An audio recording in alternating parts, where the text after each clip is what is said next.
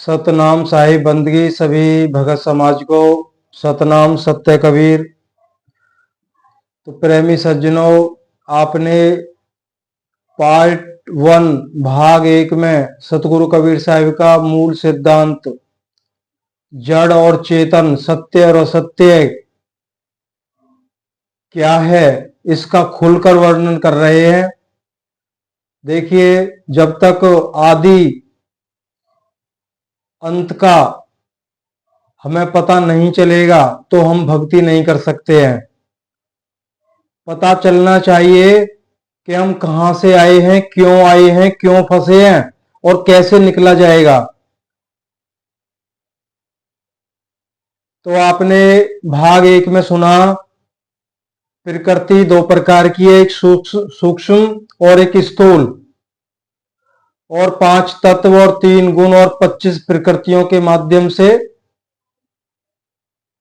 इस प्रकृति के कार्य व्यवहार चलते हैं। और सतगुरु कबीर साहब ने 5 अवस्थाओं का भी वर्णन किया, जागृत, स्वप्न, सुषुप्ति, तुरिया और तुरियातीत, और 6 शरीरों को भी वर्णन किया है, ये आप सुन चुके हैं। स्थूल, सूक्ष्म, कारण, महाकारण, कैवल्य देह और हंस देह।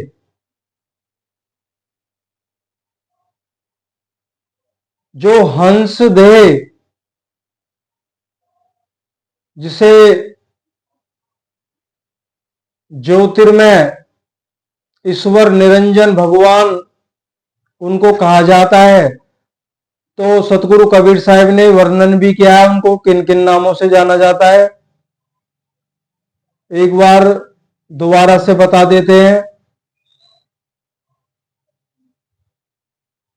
कह रहे हैं उसी चेतन आत्मा को ईश्वर, भगवान, सगुण ब्रह्म, सबल ब्रह्म, मायापति आदि कहा गया है। और उक्त चेतन आत्मा को ही ज्योतिर्मय, आकाशवत, व्यापक, कैवल्य दे, तुर्यातीत, अतिपद स्थान में, निर्गुण ब्रह्म, निरंजन, अव्यक्त ब्रह्म, निर्विशेष ब्रह्म, निर्विकल्प ब्रह्म, सामान्य ब्रह्म, कारण ब्रह्म और पराक्रम ब्रह्म आदि नामों से जाना जाता है। तो अब आगे सतगुरु कबीर साहिब और अंत में क्या कहा था, चल हंसा देश हमारे, छोड़ो ये संसार आओ। उसी जो अविनाशी है, जो चेतन आत्मा, शुद्ध स्वरूपा, चेतन ब्रह्म, उन्हीं को साहिब ने कहा है आप इस संसार को रच के बैठे हो, कह रहे छोड़ो इसे। यह देश हमारा नहीं है, ये तो आपने बनाया है और आप स्वयं को कर्ता मान के बैठे हैं। आपसे ऊपर भी हम सबका पिता, सार सब स्वरूप परम पिता परमात्मा बैठा है, लेकिन वो मानने को तैयार नहीं है, क्योंकि वही चेतन आत्मा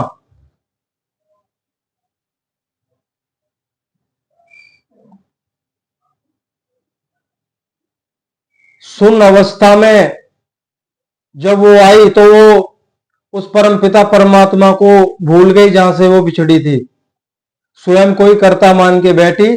तभी ये कहा गया अहम ब्रह्मास्मि, मैं ही ब्रह्म हूं, मेरे अतिरिक्त दूसरा कोई है ही नहीं। तो सतगुरु कबीर साहब ने 6 मुक्ति भक्ति के लिए 6 शरीरों से पार लखने की बात कही है। तो आइए शुरू करते हैं। और किसी सज्जन भाई ने बड़ा ही प्यारा उन्होंने सवाल किया था। सवाल तो बहुत ही साधारण था, लेकिन हम विचार नहीं करते हैं। देखो, ये उन्होंने कहा था जो आप बता रहे हैं इसका क्या प्रमाण है कि आप सत्य बता रहे हैं। मतलब जो आप, अब ये ज्ञान हमारा नहीं है, सतगुरु कबीर साहिब का है। सबसे पहले में सतगुरु कबीर साहिब को समझना है कि वो कौन है। अगर उनको हम परमात्मा स्वरूप मानते हैं तो उनका ज्ञान भी मोक्षदायक है। तो उनकी वाणियों को खंगालिए, भूख जागृत करनी है हमें। हमें भी समझ में नहीं आती थी वो। जब हम सत्संग में जाते थे, 33 वर्ष सत्संग में, 33 वर्ष का समय हमें सत्संग में जाते जाते हो गया, सेवा भाव भी करते थे। लेकिन उस समय सतगुरु कबीर साहब की बुक्स वगैरह पढ़ते थे हम, तो हमारी वो समझ में नहीं आती थी। लेकिन जब वो भूख जागृत हुई, जब कुछ अंदर से ही, बाहर से नहीं मिला है, अंदर से ही कुछ आभास हुआ, कुछ ना कुछ ऐसा है जो छूट रहा है। कभी जब हमारा परिचय बहुत लंबा है, तो अपना भी परिचय देंगे किसी ना किसी दिन, परिचय हमारा लंबा है। तब जाके सतगुरु कबीर साहब ने विवेक बख्शा, उसके माध्यम से उनकी वाणियों पे विचार किया। और जब विचार किया, जब विश्वास कर लिया, तो सतगुरु कबीर साहब ने कुछ अनुभव दिए, तो प्रमाणित हो गया, मार्ग यही सत्य है। सबसे पहले हमारे अंदर भूख होनी चाहिए, कहीं जाने की जरूरत नहीं है। कोई अब जैसे हम आपको बोल रहे हैं, कुछ सुनने की जरूरत ही नहीं है, सुनाने वाले बैठे हैं सबके अंदर। हम कौन होते हैं भाई? हमारा हमारा अगर ये तो पॉसिबल ही नहीं है कि हम जो बता रहे हैं वो सत्य है। भाई साहिब की वाणी है, और साहिब ने बोला है मेरा ही सत्य उपदेश है। इसमें हमें मत घसीटिए कि हम आपको बता रहे हैं कि हमारा ज्ञान सत्य है, या जो और बता रहे हैं वो ज्ञान असत्य है। हम ये तुलना की गई है। श्रीमद् भगवत गीता, यथार्थ गीता में स्पष्ट लिखा है।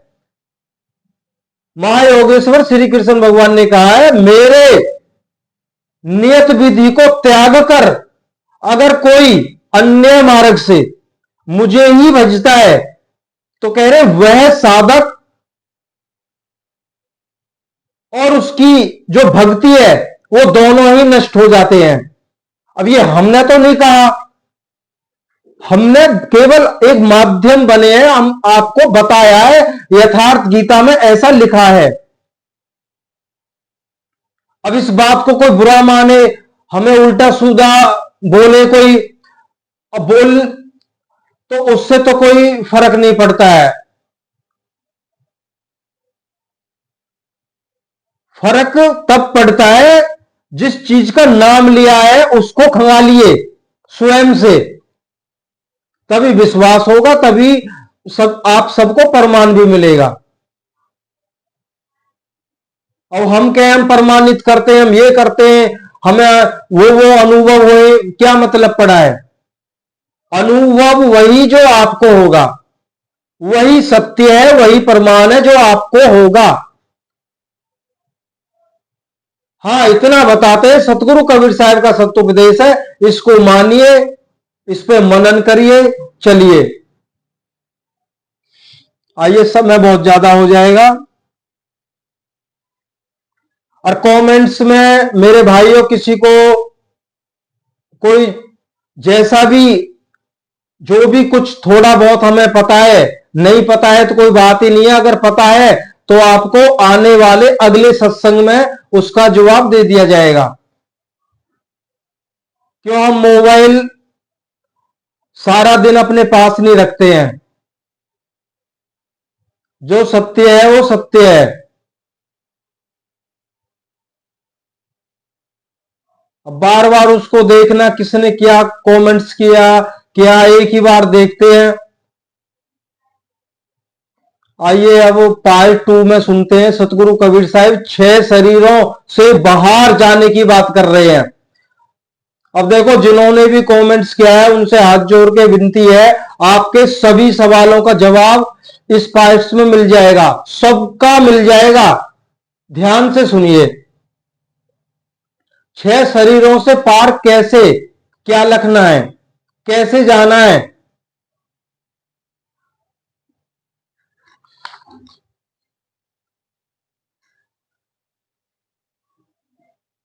छो देह के पार लखे सो, सार शब्द को पाए आवागमन न होए। तो सतगुरु कबीर साहब कहते हैं ये, हाँ, 5 मुद्राएं भी बताई गई थी पिछले भाग में, भाग 1 में, खेचरी, भूचरी, चाचरी, अगोचरी और उन्मुनी। ये योग साधना की सबसे, बगैर इनके योग साधना होती नहीं है। सतगुरु कबीर साहब कहते हैं ये 5 मुद्राएं हैं, खेचरी, भूचरी, चाचरी, अगोचरी और उन्मुनी, और 5 की गम नहीं, इनकी कोई जरूरत नहीं है मोक्ष मार्ग में। और कह रहे हैं अधरतार तानिये रेचक पूरक कुंभक की दंग नहीं। रेचक पूरक बहुत से करते हैं ना, रेचक पूरक कुंभक करते हैं, मतलब कि अपने आमाशय को साफ करते हैं, कोई कपड़ा अंदर डालता है फिर निकालता है, कोई नाक से डालता है दूसरे नथने से निकालता है, कोई पानी पीता है फिर उल्टी करता है, तो नाना प्रकार। कह रहे ये सब क्रिया की जरूरत नहीं है। आगे कहते हैं ज्योति निरंजन ओंकार सोअंग शक्ति और रारंकार, ये 5 ब्रह्म है। अब सुन लीजिए, ये जो 5 शब्द है ये ही 5 ब्रह्म है। और साहिब ने अपनी वाणी के माध्यम से क्या कहा है, प्रथमे ब्रह्म इच्छा से 5 शब्द उचारा, सोहं रारंकार निरंजन शक्ति और ओंकारा। सतगुरु कबीर साहब बोल रहे हैं ये 5 जो शब्द हैं ये 5 ही ब्रह्म है, जो मुख्य ब्रह्म है, जो अति पावरशाली मंत्र और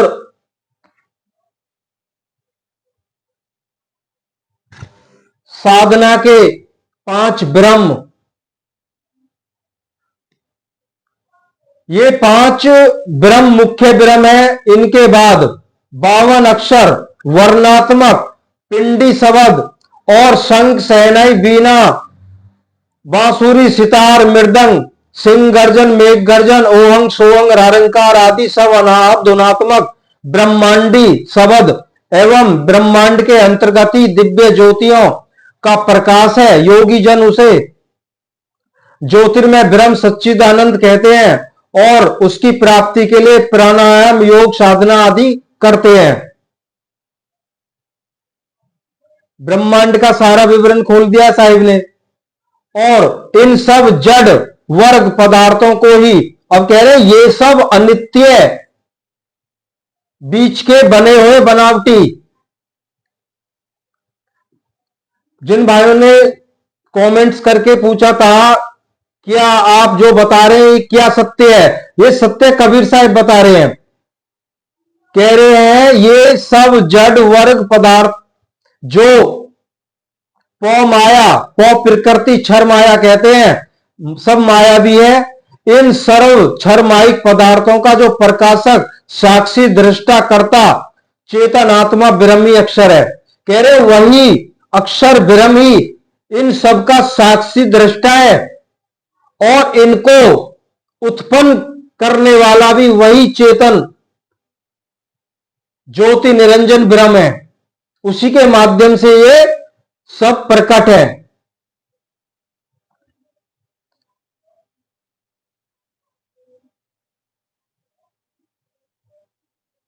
और उक्त चेतन आत्मा ब्रह्म से परे उस चेतन, उस महाचेतन सत्पुरुष परमात्मा परम अक्षर निअक्षर एवं उसी महाचेतन सत्पुरुष परमात्मा से इस चेतन आत्मा का पिता पुत्रवत संबंध है। कह रहे जिन्होंने ये सब अनाहद धुन वह ज्योति जिसका अखंड प्रकाश है और 5 शब्द ये उस ज्योति निरंजन से ही सब प्रकट है, उससे भी परे चेतन आत्मा शुद्ध स्वरूप संकल्प सत्य संकल्प में जिसे अविनाशी निर्गुण निराकार कहा गया है, उसका दर्शन श्री हरि ब्रह्मा विष्णु महेश को भी नहीं हुए। क्यों? वह अव्यक्त है। जब वो सृष्टि रचते हैं तो तुरिया अवस्था में आते हैं, और जब सृष्टि का संहार करते हैं, प्रलय करते हैं, तो तब भी वो तुरियावस्था में आते हैं। ये और जब प्रलय करके जब उनका आराम करने का, जो विश्राम करने का, जब वो विश्राम करना चाहते हैं, तो प्रलय में सारी सृष्टि को बदल देते हैं, समेट के अपने में विलीन करके तुर्यातीत अवस्था में, जहां वो अव्यक्त है, वहां पे वो आराम करते हैं। भाग 1 में भी बताया गया है। और सार सब स्वरूप परम पिता परमात्मा, और वह सत्य स्वरूपा चेतन आत्मा का पिता पुत्रवत संबंध है।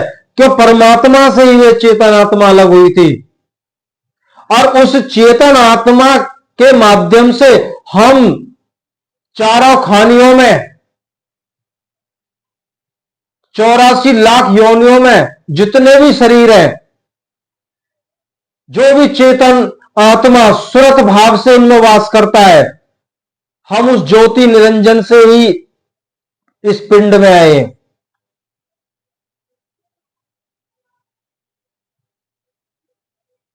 सतगुरु कबीर साहब ने जो अभी जितना बताया, ये कह रहे हैं ये सब क्षर पौ माया है, अनित्य है, जड़ है, क्षण भंगुर है, इससे आपकी मुक्ति नहीं होगी।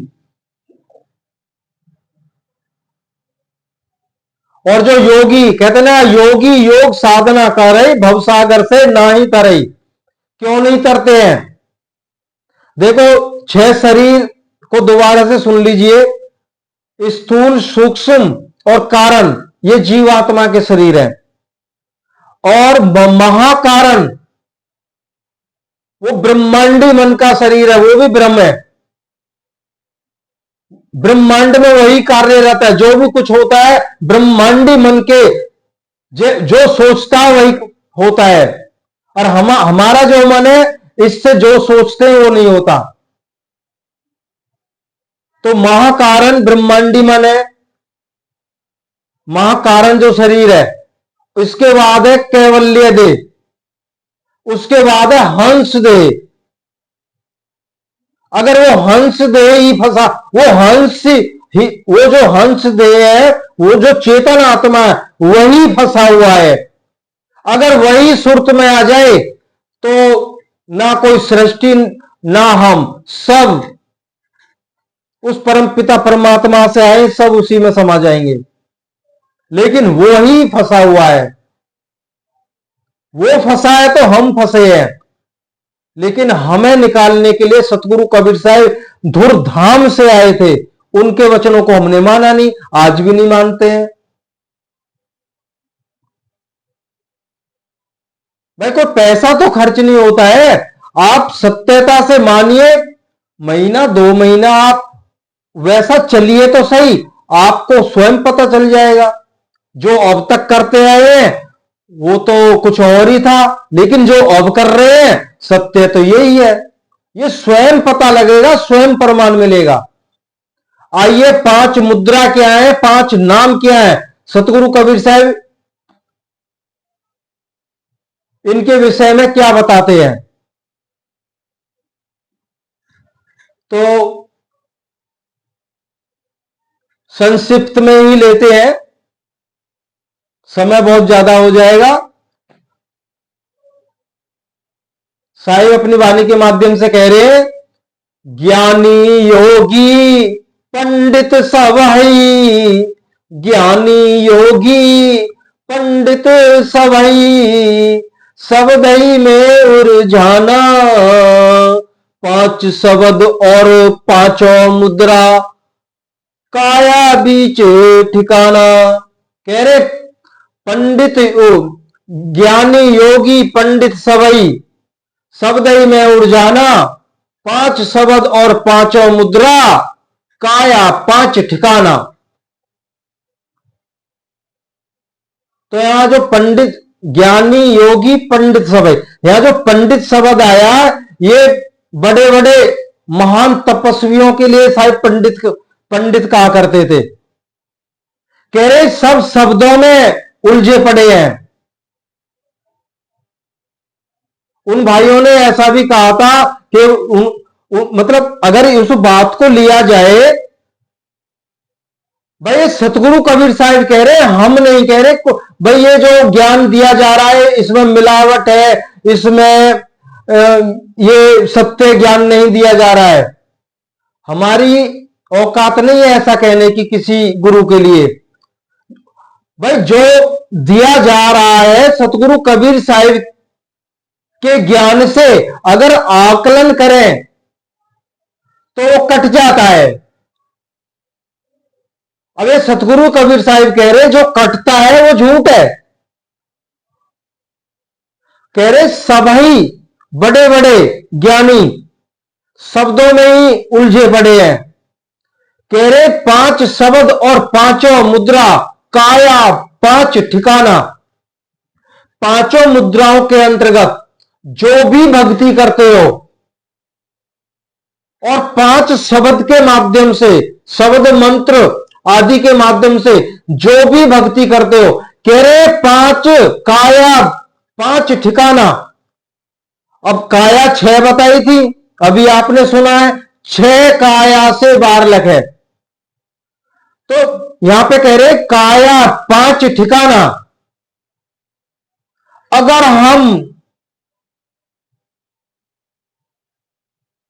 अति कष्टदायक वर्षों युगों तक अगर भक्ति करें, शरीर पंजर हो जाए, तो हमारी भक्ति कहां तक पहुंचेगी? 5 काया 5, स्थूल से सूक्ष्म, सूक्ष्म से कारण, कारण से महाकारण। जैसे ही महाकारण तक हमारी सूरत पहुंची तो अनंत रिद्धियां सिद्धियां, जब मन करो ब्रह्मांड में, जब मन करो पाताल में।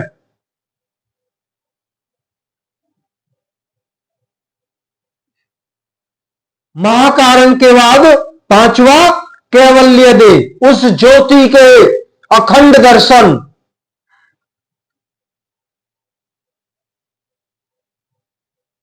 अनाहद दुनों का अखंड बाजा। तो साहिब ने एक जगह कहा, वो योगी जन जो कोई बिरला पहुंचता है, वो उसी धुन में, उस ज्योति प्रकाश में तपते खपते रहते हैं।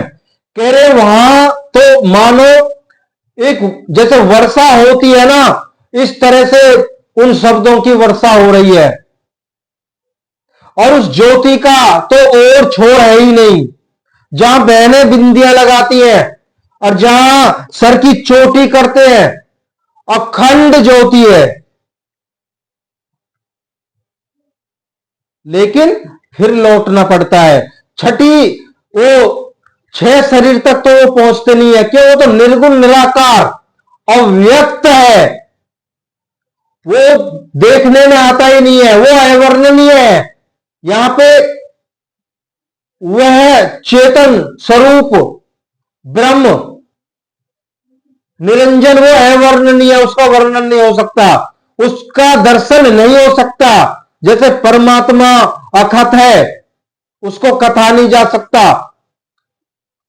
उसका वर्णन नहीं किया जा सकता। ऐसे ही वह जो चेतन आत्मा परमात्मा से बिछटी थी।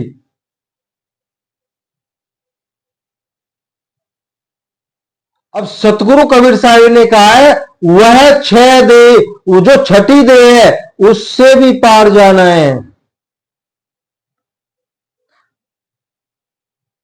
अब सतगुरु कबीर साहब ने क्या कहा था? देखो समय तो ज्यादा होता ही है, जब साहिब की वाणी चलती है तो जब तक तसल्ली ना हो तो बोलना तो पड़ता है।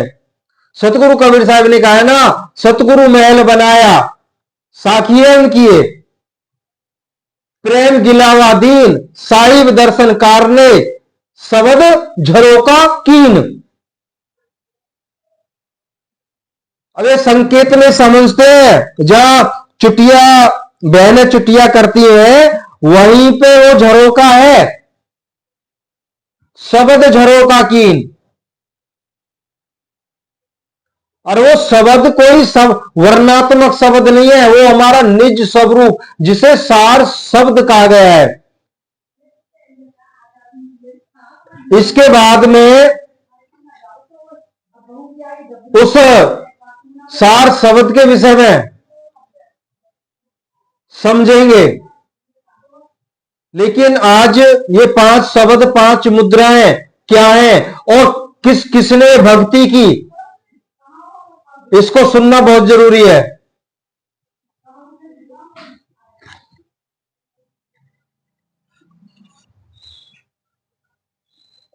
थोड़ा माफ करना है, बाहर थोड़ा शोर था।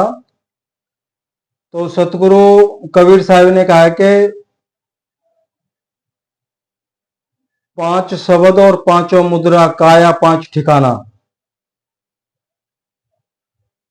तो बड़े बड़े ऋषि मुनि महात्मा योगी तो उस 5 अवस्था तक पहुंचते हैं। 5 शरीर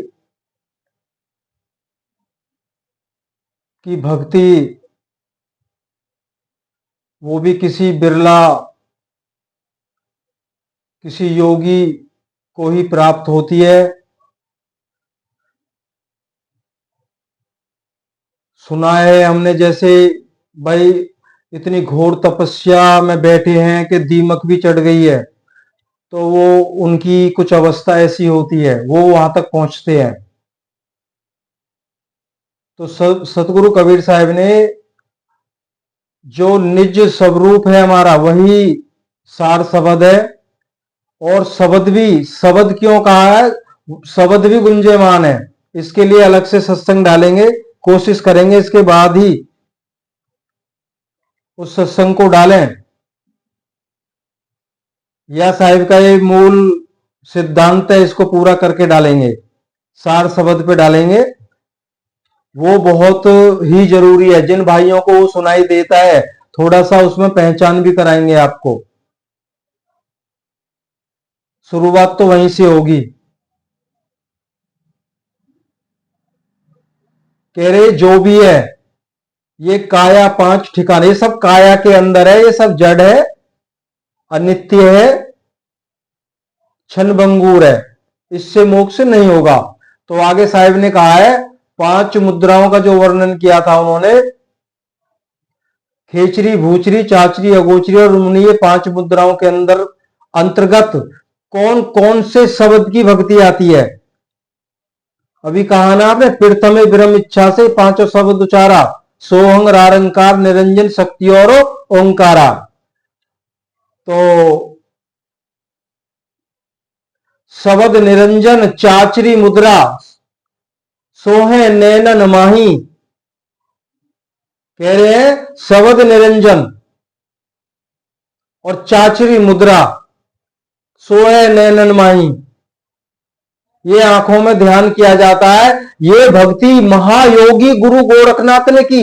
अब यहां पे थोड़ा सा विचार करिए, महायोगी गुरु गोरखनाथ का पूरे विश्व में नाम है। एक मुद्रा के अंतर्गत एक निरंजन शब्द के माध्यम से उन्होंने वो भक्ति की। और उस भक्ति के बल से, लेकिन मन नहीं, उनका मन तो नहीं मरा। अब देखो यहां पे जो विचार करने वाली बात है वो मन की है। महायोगी गुरु गोरखनाथ जी का भी मन नहीं सदा मारा, तो किसी चीज को नहीं जा सकता है, वो सदा नहीं, सहज अवस्था में आए नहीं। क्यों, वो गुरु गोरखनाथ भी स्वयं कबीर साहिब से भी जो देखने में आया है, वो भी बहस विवाद, वाद विवाद में लग गए थे। क्यों, उनको अपनी रिद्धि सिद्धियों पे, अपने तपोबल पे बहुत ज्यादा घमंड था। और मोक्ष कब मिलता है, काम, क्रोध, लोभ, मोह, अहंकार, राग, द्वेष छल कपट इत्यादि सबको छोड़ना पड़ता है। छोड़ना ही नहीं पड़ता, इनको निकाल के साध के मांझना पड़ता है, बिल्कुल साफ करना पड़ता है, इनको वहां टिकने ही नहीं देना है। ऐसे ही मोक्ष प्राप्त नहीं होता है। आगे दूसरा, ओंकार भूचरी मुद्रा। हां, त्रिकुटी अस्थाना। ओंकार भूचरी मुद्रा त्रिकुटी अस्थाना। ये भूचरी मुद्रा है, ओंकार शब्द का इसमें जाप है और त्रिकुटी में इसका स्थान है। और इसको इसकी ये भक्ति किसने की थी? ये वेद व्यास मुनि ने की थी। ये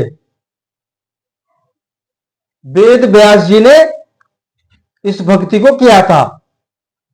पूरा विवरण नहीं खोल रहे हैं, बहुत समय हो जाएगा, लेकिन ये केवल इतना बताया जा रहा है 5 शब्द और 5 मुद्राएं क्या है, इनकी भक्ति किस किस ने की।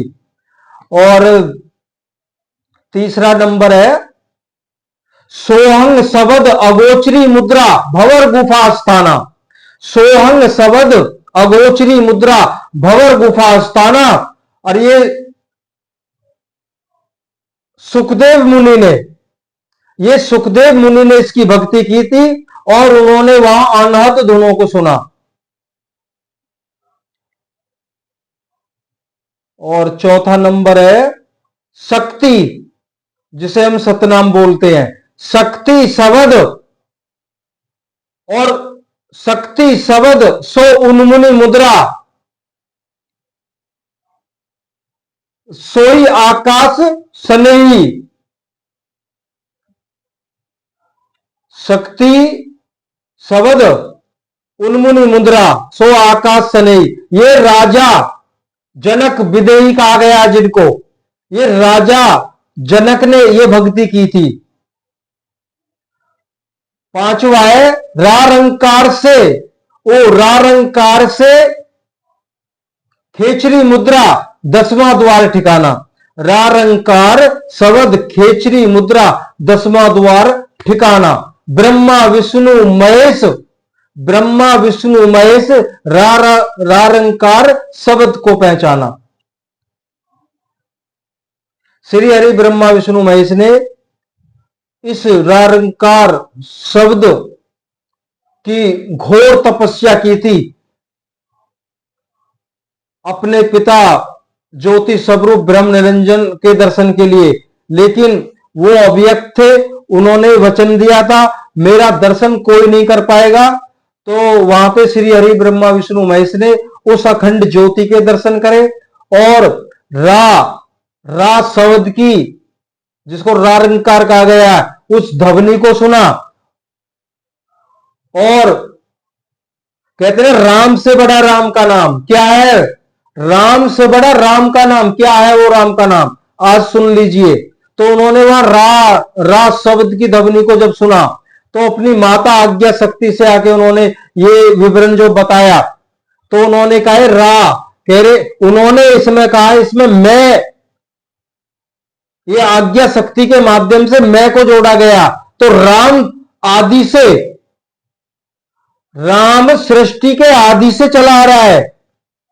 ये पुरुषोत्तम श्री राम जी का ही नाम राम नहीं था, ये शुरू से चला आ रहा है। ये वही ब्रह्मांडी शब्द वो राम, तभी कहा गया राम से बड़ा राम का नाम।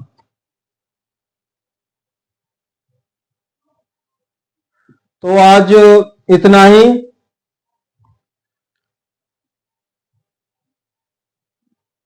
देखिए हम थोड़ा ये आपको बता देना चाहते हैं, भाई हमारे ऊपर कोई कमेंट्स ना करें। जैसे आप हैं सब मेरे भाई हैं, मेरे बुजुर्ग हैं, मेरी माता है, मेरी बहन है। मैं आप सबसे गिरा हुआ इंसान हूं, ये आप यकीन करके मानना, ये आप यकीन करके मानना।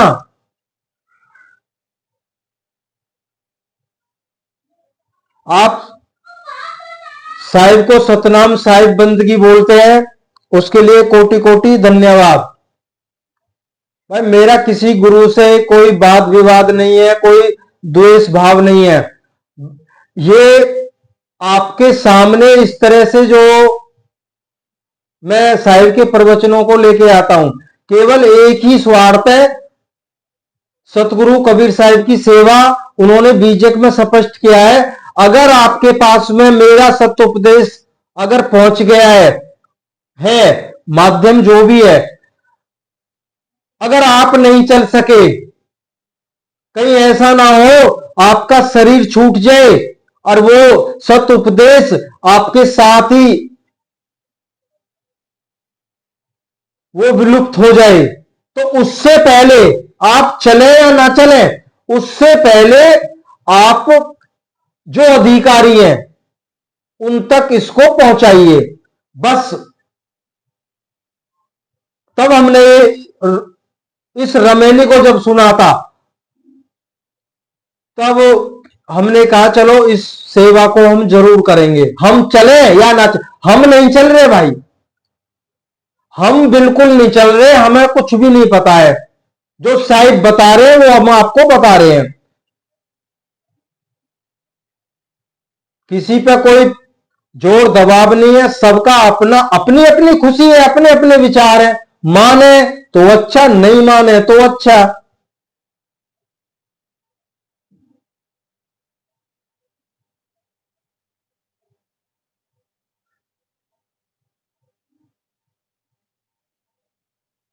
सतनाम साहिब बंदगी।